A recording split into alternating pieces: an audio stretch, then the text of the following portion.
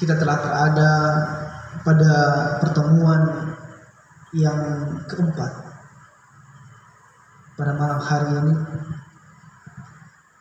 Senantiasa kami mengingatkan kepada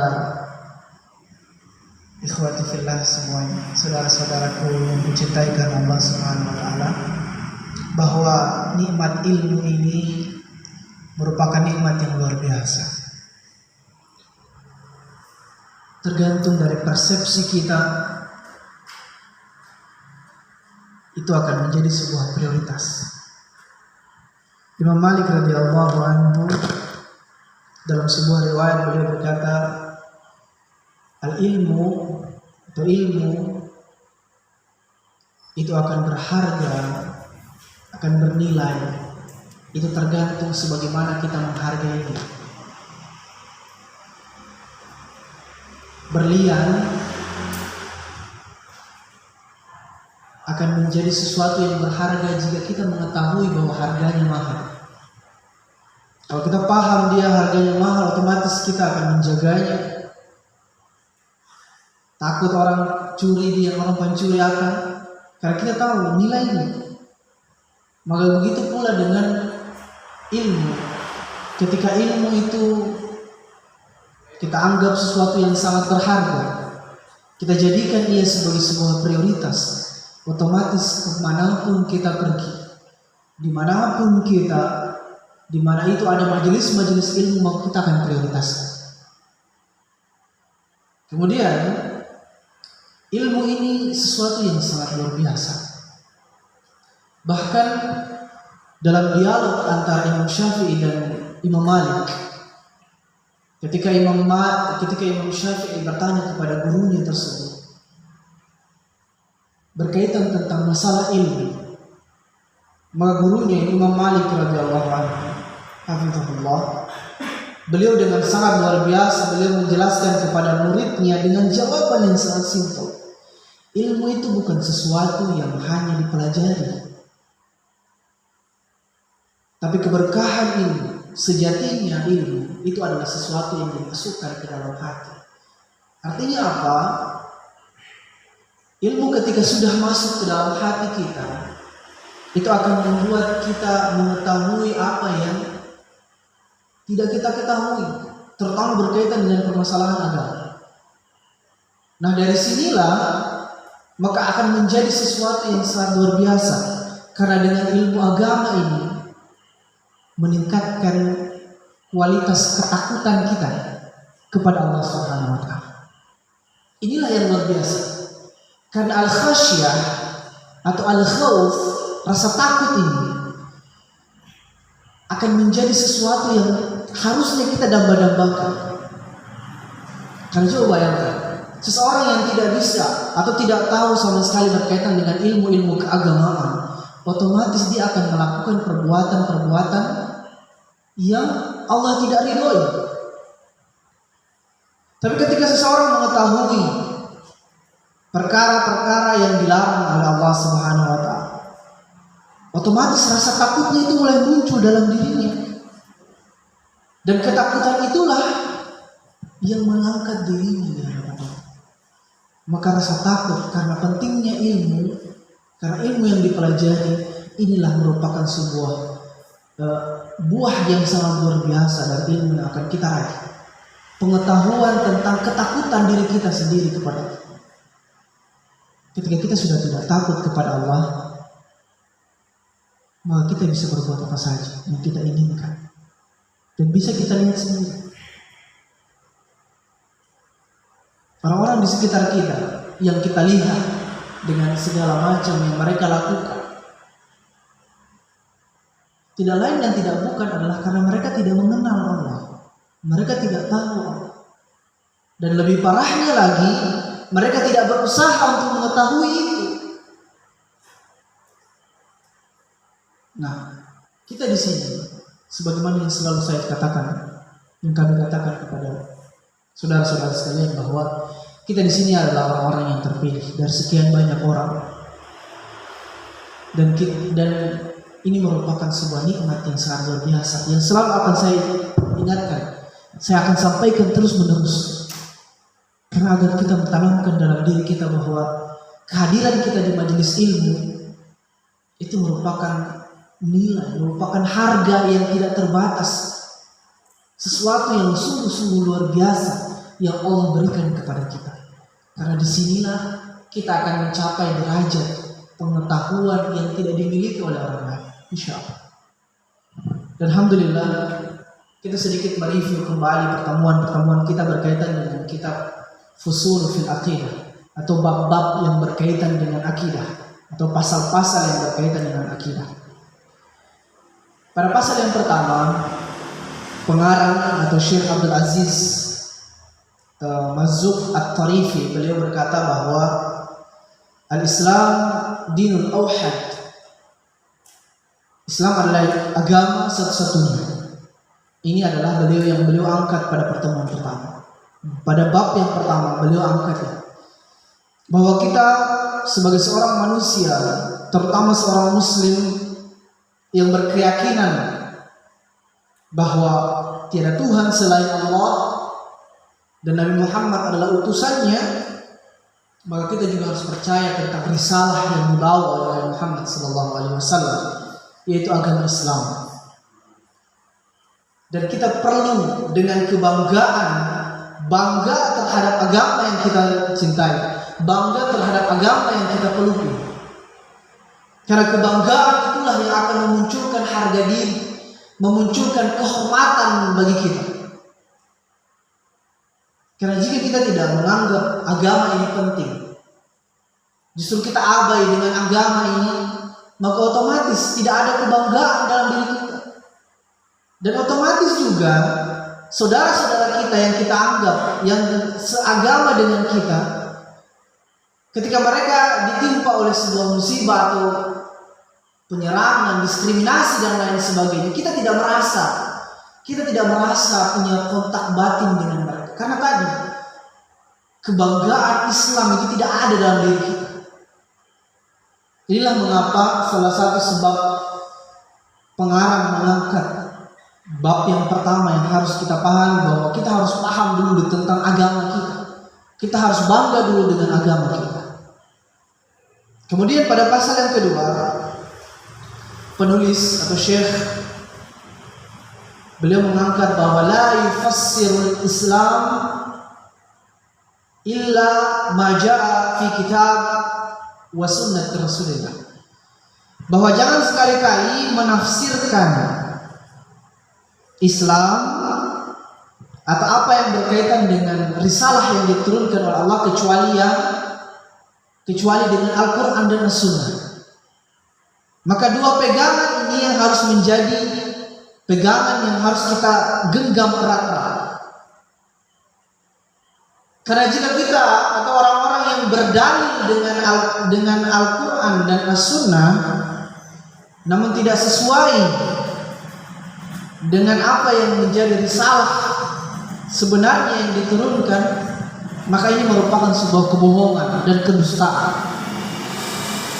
Seperti ini saja, berdalil saja dengan Al-Quran dan As-Sunnah namun tidak sesuai dengan tuntunan yang diharapkan, ini tidak diterima. Bagaimana orang-orang yang sama sekali tidak menjadikan Al-Quran dan As-Sunnah sebagai dalil? Maka perlu dipertanyakan argumentasinya. Maka kita sebagai seorang muslim, kita harus menjadikan prioritas dalam diri kita, pembelajaran utama yang harus kita miliki adalah pembelajaran berkaitan dengan Al-Quran dan As-Sunnah. Setelahnya berterserah. Maka fondasi awal yang harus kita bangun, yang harus kita pelajari adalah itu yang berkaitan dengan Al-Quran dan As-Sunnah. Dalami Al-Quran, dalami Sunnah. Inilah yang akan menjadikan kita kuat secara akidah. Kalian boleh menjadi apa saja. Jadi tentara silahkan, jadi seorang guru silahkan. Tapi fondasi awal yang harus dimiliki adalah pemahaman yang menyeluruh tentang Al-Quran dan Sunnah. Para sahabat terdahulu, mereka tidak semua mereka itu ustaz. Tidak semua yang profesinya itu sebagai seorang guru, tidak. Ada yang pedagang, ada yang jenderal, dan berbagai profesi lainnya.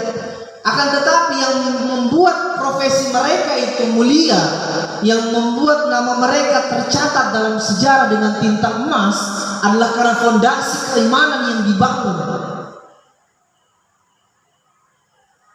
Inilah yang harus menjadi prioritas kita. Setelahnya ya terserah. Mau jadi polisi, mau jadi tentara, itu bukan persoalan. Karena ketika kita sudah paham tentang kitab Allah, Al-Quran, kita paham tentang sunnah Nabi kita Muhammad SAW, maka otomatis profesi yang kita lakukan itu akan membawa keberkahan. Kita menjadi polisi yang aman, menjadi seorang guru yang teladan dan penuh dedikasi, dan berbagai profesi lain. Karena apa? Dasarnya adalah kitab dan sunnah. Inilah yang menjadi pegangan. Makanya kita saat ini mulai ada pengikisan, terkikis perlahan demi perlahan, dengan anggapan bahwa ya perkara tentang agama itu hanya ada di masjid, hanya cukup di kajian-kajian saja. Setelah itu tidak ada lagi.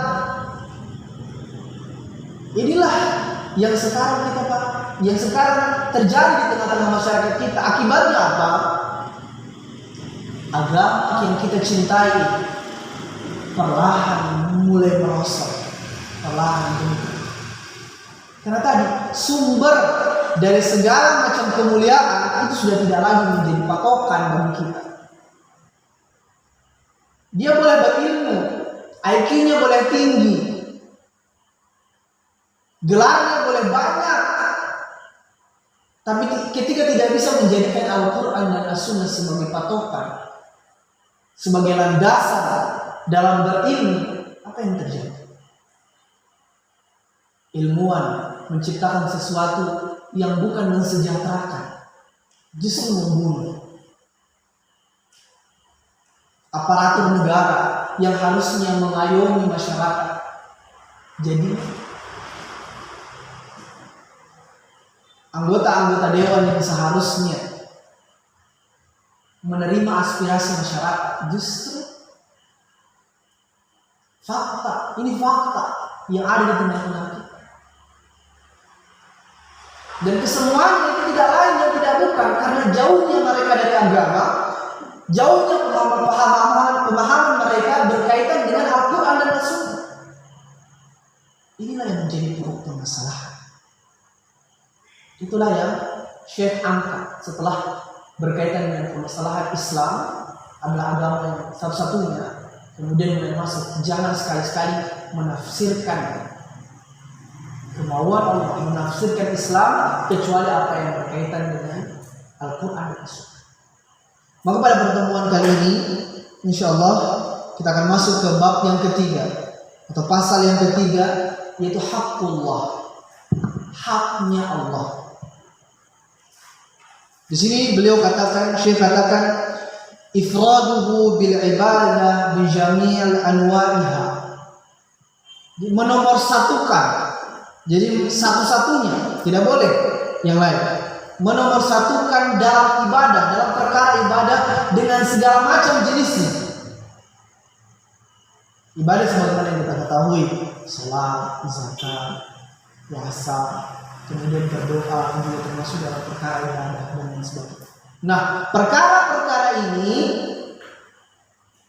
tidak boleh kita sebagai seorang muslim mensekutukan Allah dengan selain. Ini adalah hak. Ini adalah hak. Haknya Allah. Dan kita ketahui hak itu harus dipenuhi. Harus kita penuhi. Allah Subhanahu wa taala telah memberikan kita begitu banyak hal Namun kenapa kita tidak, sebagai seorang muslim, kita tidak memenuhi haknya Allah? Allah Subhanahu wa taala berfirman dalam Quran surah Al-Baqarah ayat 163, "Wa ilahukum ilahun wahid."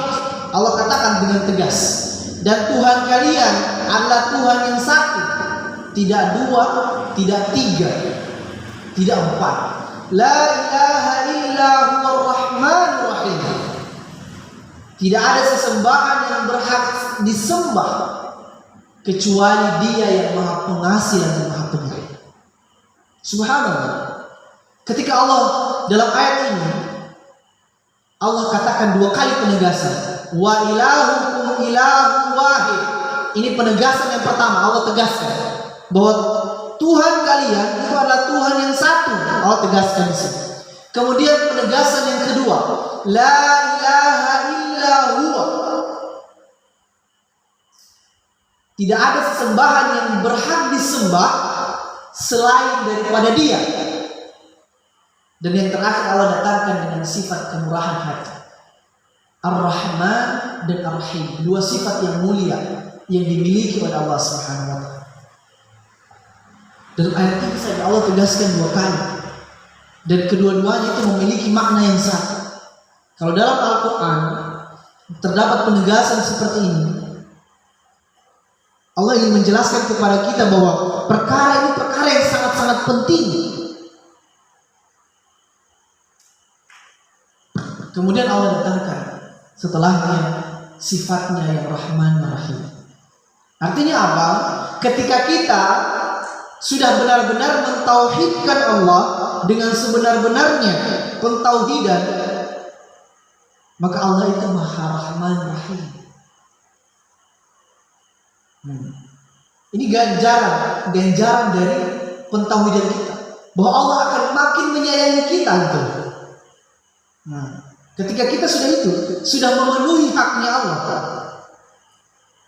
dalam beribadah, maka Allah akan menyayangi kita dengan sebenar-benarnya kasih sayang. Dan kita tahu sendiri, kasih sayang yang Allah berikan kepada manusia itu berbeda dengan apa yang manusia berikan kepada sesama manusia. Ketika Allah sudah menyatakan dengan dua sifat mulia, Ar-Rahman Ar-Rahim ini, maka itu sungguh luar biasa. Dan kita sudah tidak bisa membayangkan betapa besar rasa cinta yang Allah Subhanahu wa taala berikan. Kemudian Syekh melanjutkan, wa alla yusyrika ma'ahu ghairuhu fi a'malil qalb wal lisan wal jawarih. Dan janganlah sekali-kali mensekutukan Allah dengan selainnya dalam perkara hati, lisan, ataupun dalam perbuatan kita. Artinya, kita dalam hati kita tidak boleh meyakini selain daripada Allah. Bahkan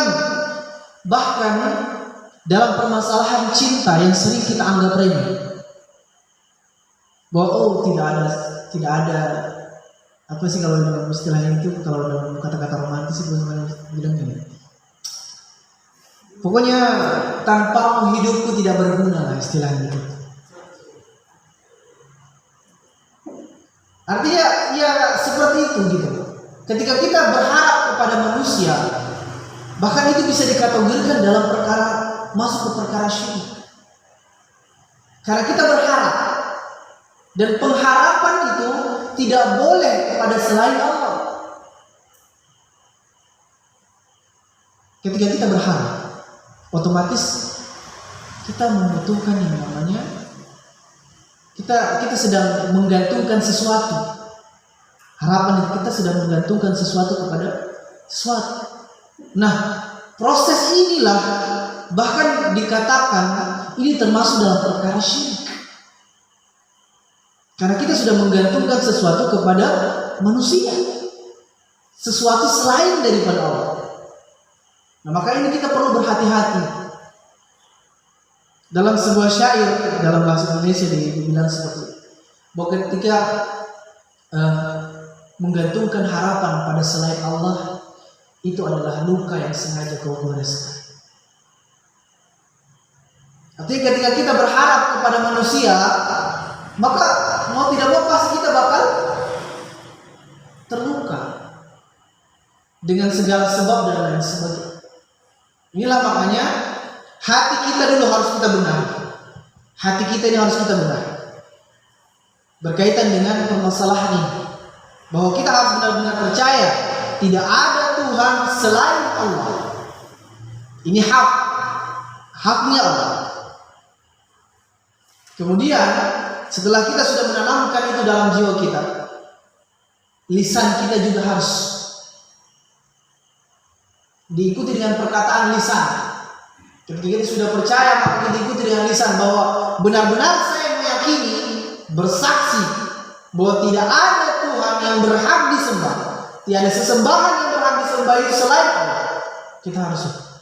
Kemudian kita amalkan. Pengamalannya kita sudah meyakini, kemudian kita sudah lontarkan dengan lisan kita, maka kita harus amalkan. Artinya apa? Perbuatan-perbuatan di mana di situ ada bentuk kesyirikan di situ, maka jauh. Orang kasih sesajen, kemudian perkara-perkara lain seperti misalnya maui dan lain sebagainya. Ini adalah hal-hal yang harus kita tinggalkan kalau kita sudah percaya dengan hal seperti itu. Allah katakan dalam Al-Quran surah An-Nisa, wa'budullaha wa la tusyriku bihi syai'an. Beribadahlah kepada Allah dan jangan mensekutukannya dengan sekali-kali. Kenapa? Ada konsekuensi yang sangat fatal ketika kita beribadah, kemudian tujuan ibadah kita itu bukan selain daripada Allah. Apa konsekuensinya? Wala yubqa syirkul akbar lil insani hasanatan. Konsekuensi pertama, bahwa orang-orang yang berperilaku syirik itu tidak ada kebaikan di dalamnya. Bahwa amalan-amalan kebaikan yang telah dia lakukan itu semuanya dihapuskan. Sungguh luar biasa. Perkara yang kita anggap remeh kadang, namun akibatnya fatal.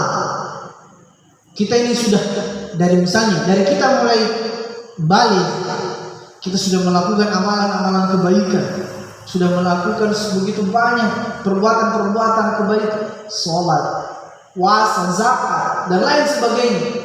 Namun ternyata di akhir penghujung kehidupan kita, ternyata kita sengaja ataupun tidak sengaja, wallahu a'lam, kita tidak tahu perbuatan.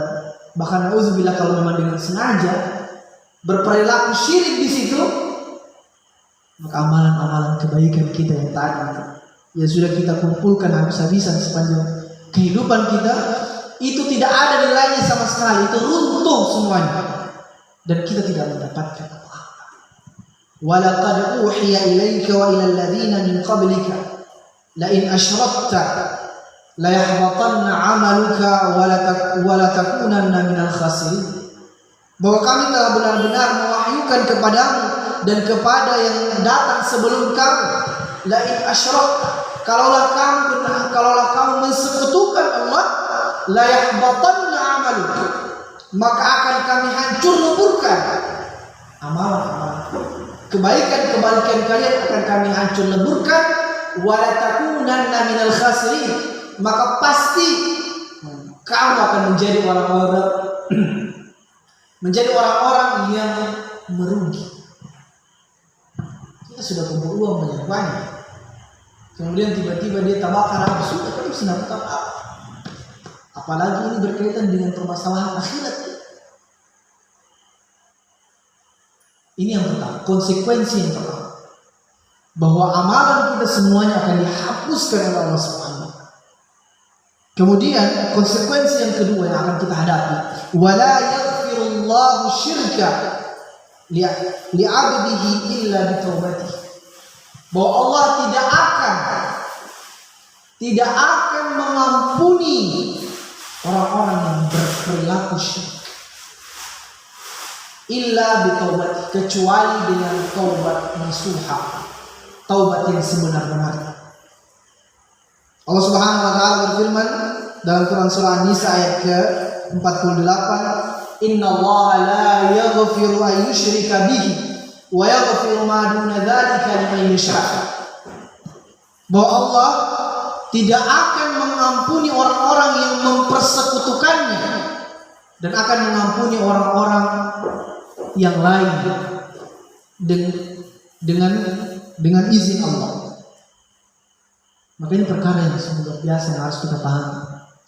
Jika kita sudah benar-benar tidak diampuni oleh Allah, otomatis apa yang terjadi?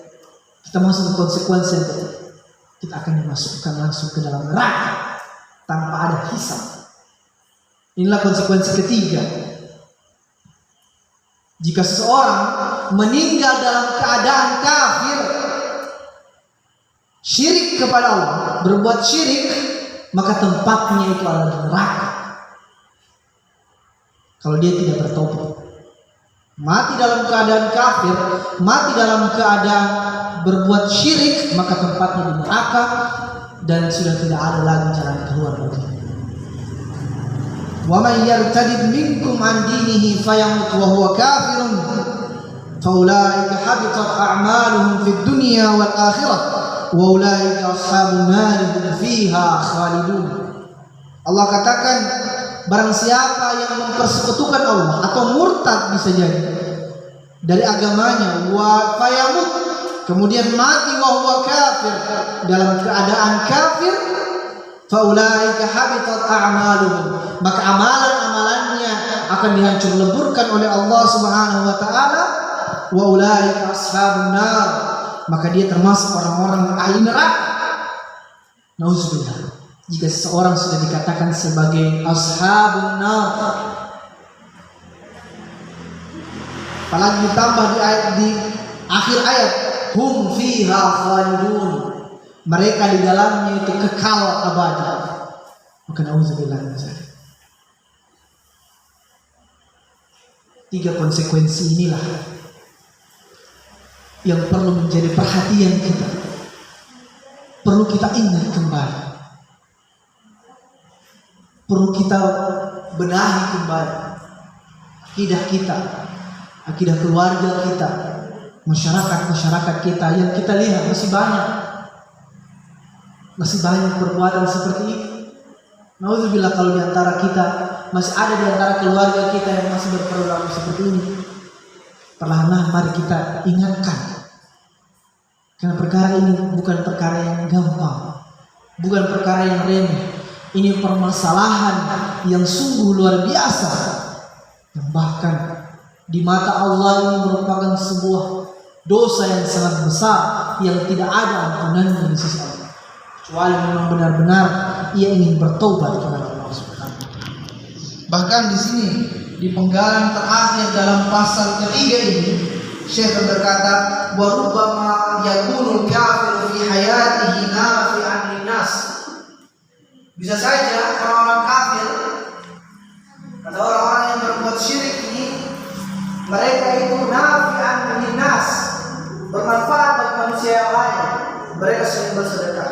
Orang-orang kafir ini sering bersedekah. Orang-orang yang sedang berbuat syirik ini, mereka sering bersedekah. Pokoknya bersedekah ke masjid, bersedekah ke anak yatim, kemudian ke pondok-pondok pesantren, mereka bersedekah, mengeluarkan harta. Namun apa? Amalan-amalan yang mereka kerjakan tidak ada artinya sama sekali di sini. Karena perbuatan yang mereka lakukan, kekafiran dan kesyirikan yang mereka lakukan. Maka setiap hari ini kita perlu paham bahwa kita harus sangat bersyukur lahir sebagai seorang muslim.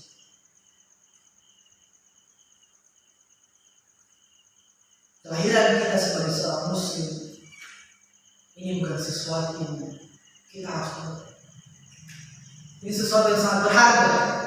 Karena pertama kita mempunyai jaminan dari Rasulullah SAW langsung, kullu ummati yadkhuluna al-jannah. Semua umatku itu akan masuk surga, illa man aba, kecuali yang enggan. Kemudian para sahabat bertanya, wa man ya'ba ya Rasulullah? Siapa itu orang-orang yang enggan? Man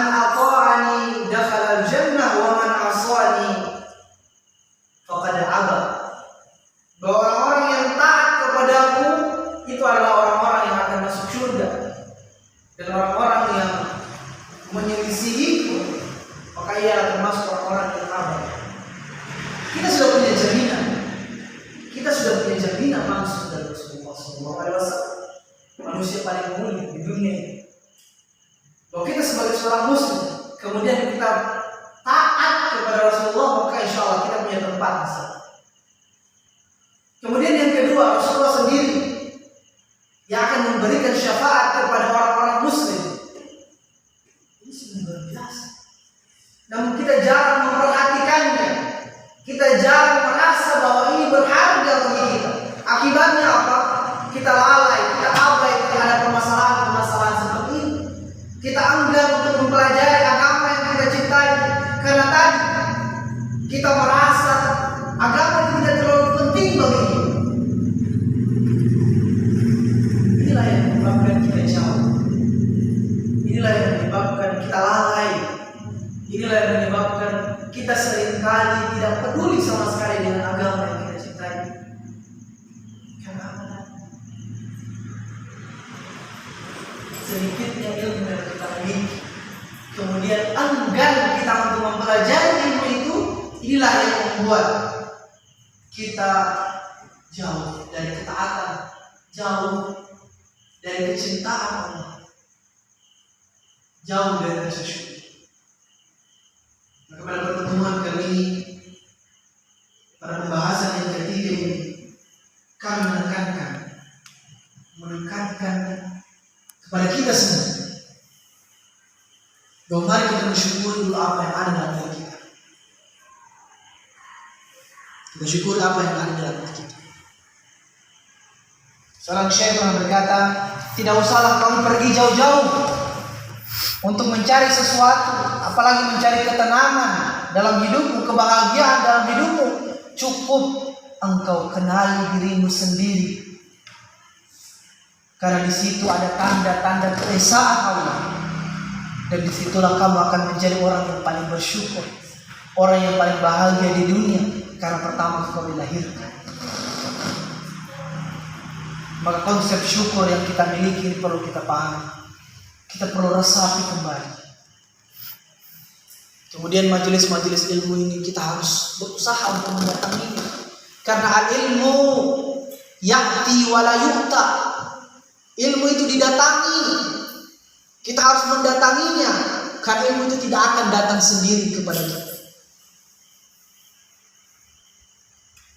Inilah yang perlu kita pahamkan kepada masyarakat di tengah-tengah kita.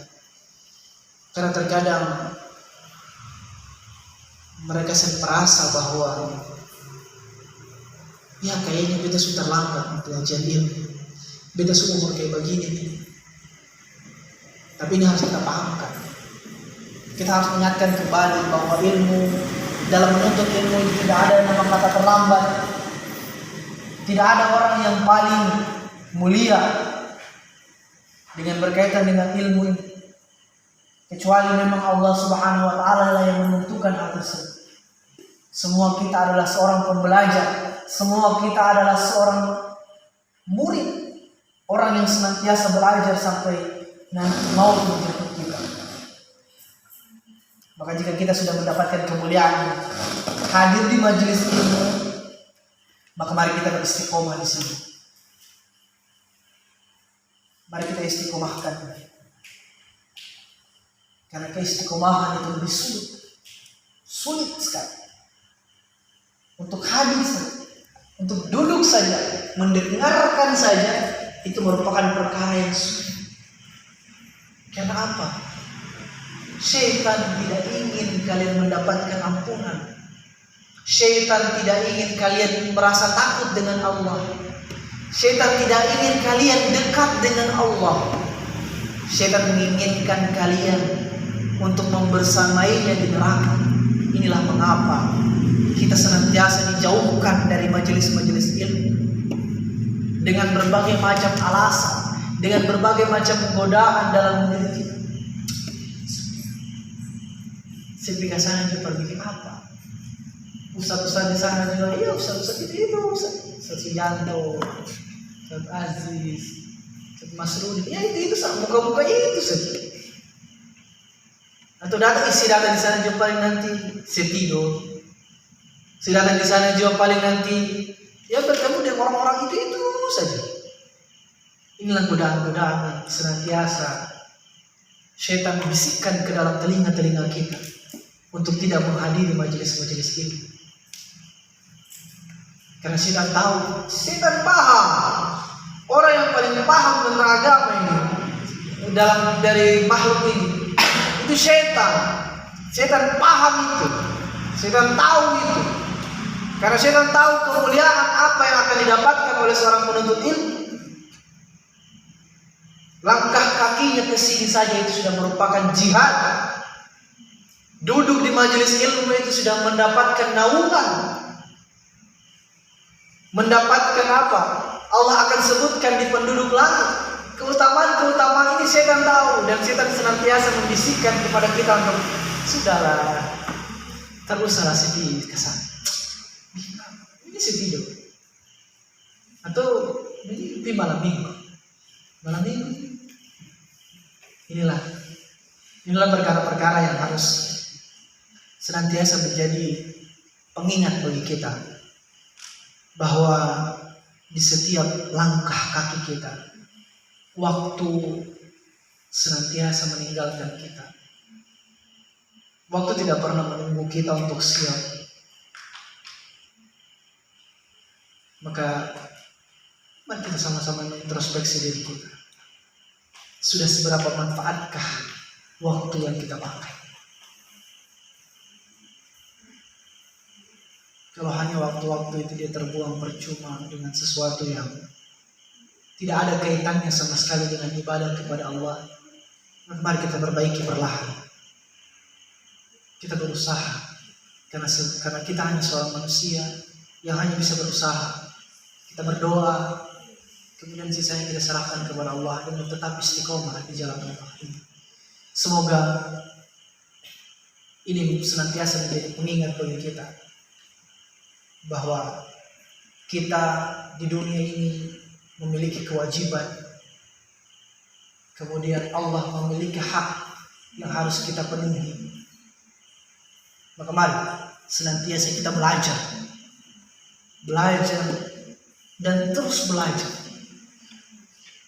Karena inilah yang nanti akan membedakan kita. Karena inilah nanti yang akan menjadikan diri kita, kedekatan kita dengan Allah itu bagaimana, tergantung kepada keseriusan kita memperdalam dan mendalami agama yang kita miliki. Sekali lagi kami ingatkan, tidak ada kemuliaan yang bisa kita capai di dunia ini kecuali kemuliaan yang dibawa oleh Al-Quran dan As-Sunnah. Al-Quran adalah sumber kemuliaan bagi kita. Maka itu, jika kita ingin mendapatkan kemuliaan, jika ingin kita menjadi mulia bukan di mata manusia tapi di mata Allah, maka satu-satunya jalan Allah kembali kepada Al-Quran dan As-Sunnah dengan cara belajar dan terus Quran dan Nabi-Nya. Kami mohon maaf. Hadanallahu wa iyyakum ajma'in. Wassalamualaikum warahmatullahi wabarakatuh. Waalaikumsalam warahmatullahi wabarakatuh.